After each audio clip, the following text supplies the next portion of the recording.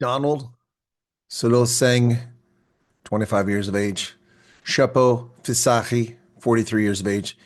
And Shepapani Malato, 24. Ambushed and killed 83-year-old Daniel Petrus Brandt, his wife Elizabeth Brandt, 73, and their 54-year-old daughter Elzeby Brandt on the 26th of July, 2020, at their farm in Hartswater in the Northern Cape province. The details of the brutality of these scumbags, which the press does not disclose, thankfully, are stomach-churning, folks. Now, I know the Brandt family, those who survived, who weren't present the night they were callously murdered, and the agony the family has gone through, having met with them, spoken to them. Have they received justice? Well, today, convictions, and I don't know if this actually brings justice or peace and comfort to the survivors.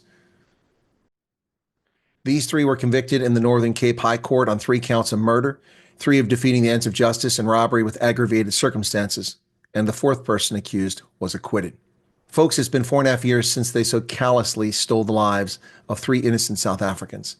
During their trial, the 24-year-old co-accused Realebocha Manyedi turned state's witness and provided testimony that led to the convictions, said the Regional National Prosecuting Authority spokesperson Majoflefa Sinokwatane. Frankly, I'm not sure why they needed that testimony to turn state's evidence. They had the murderers dead to rights with physical evidence alone.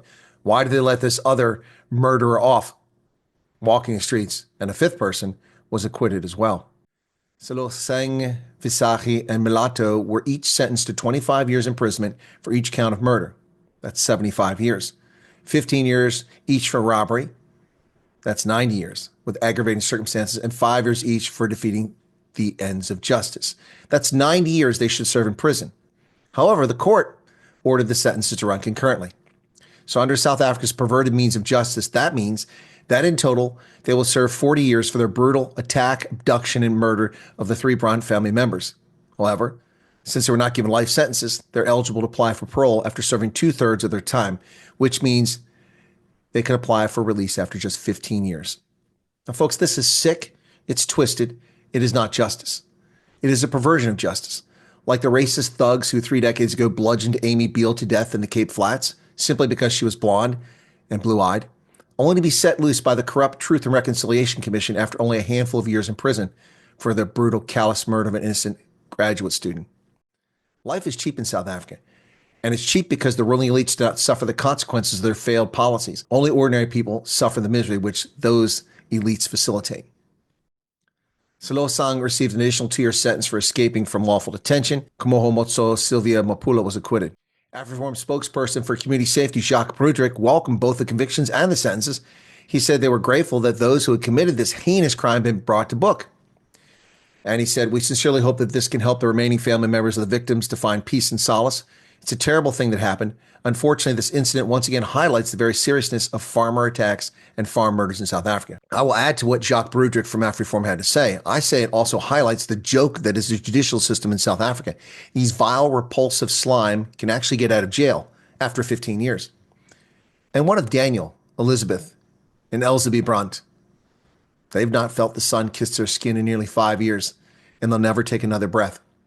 Or what of the agonizing and torturous suffering of their daughter and her family? Nearly 5 years of waiting, attending court sessions, robbed of their loved ones by a country that cares little for its own citizens, black, brown, or white.